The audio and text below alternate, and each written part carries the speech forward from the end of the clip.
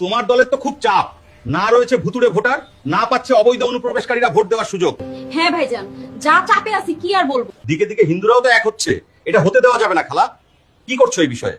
আমরা তো বরাবরই ওদের চাপে রাখি, অসম্মান করি। যেমন মহরমের সময় দুর্গা প্রতিমা বিসর্জন নিষেধ করে দেওয়া, কলেজে সরস্বতী পুজো হতে না দেওয়া, আমার এঁটো করা জল কালীঘাটের মা কালীকে ছুঁড়ে মেরেছিলাম, মোথাবাড়ি, ধুলিয়ান, ধুলাগড়, বেলডাঙ্গাতে দাঙ্গা করিয়েছি।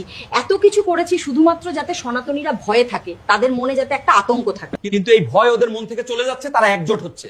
একটা কাজ করো, প্রকাশ্য ধমকি দাও, খোলাখুলি শাসানি দিলে তারা আরো ভয় পাবে আর একজোট হতে পারবে না। ঠিক আছে ভাইজান, তাই করছি। আমরা আছি বলে না আপনারা সবাই ভালো আছেন। আর যদি আমরা না থাকি কোনোদিন সেরকম মাসে 1 সেকেন্ড লাগবে। একটা কমিউনিটি যখন জোট বাঁধে না, ঘিরে ফেললে 1 সেকেন্ডে দেবে একদম 12টা বাজিয়ে। যদি নিজেদের 13টা বাজাতে না চান, বিজেপির অপপ্রচারে কেউ ভুল বুঝবেন না।